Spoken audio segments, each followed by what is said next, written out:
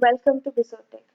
So we were learning about the topic interview skills, and in a previous video we learned about dressing, body language, some of the interview preparation techniques, and also questions, how we need to answer or tackle those questions, etc.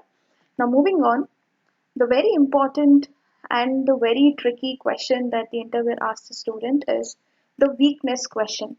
So everyone has a weakness. It's a deficient skill that you have or need to improve, and it is definitely not a character flaw. Be honest and always use an example that is not job related. You have to describe the weakness in the past tense and discuss briefly about how you have improved after that. Avoid trite answers such as I'm perfectionist. So please do not give this answer that I'm perfectionist and I consider that as my weakness, because it will definitely not be a good answer, and it will be definitely be odd. Good and bad answers.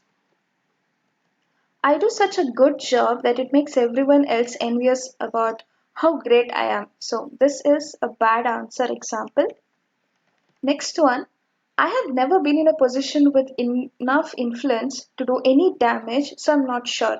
So this is also a very bad answer.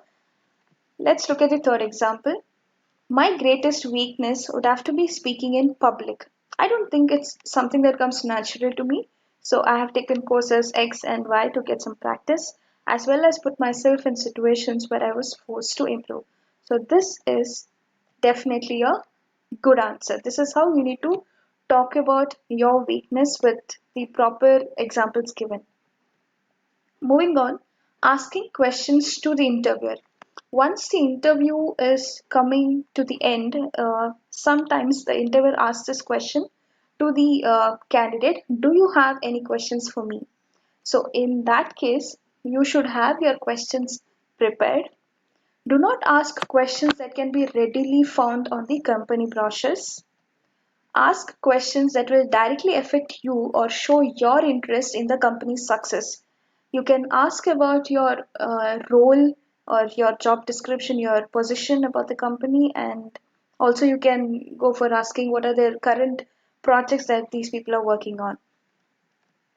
Ask questions related to training programs, career development opportunities, types of projects and responsibilities, their reporting structure, what about their performance appraisal, and this you have to be very careful. This should be your last question that you need to be asking them. And then what happens next? Don't ask questions related to your leave policies or the holidays, the pay package, work from home options, and other benefits. So please do not answer or question these to the interviewer. Closing of the interview. Thank them for their time. Restate your interest and strengths briefly if possible. Ask what type of follow-up you should expect. Like, how will be they, how will they announce the result? Is it going to be the call to your college, or through mail, or through what source? So you need to ask them about their follow-up.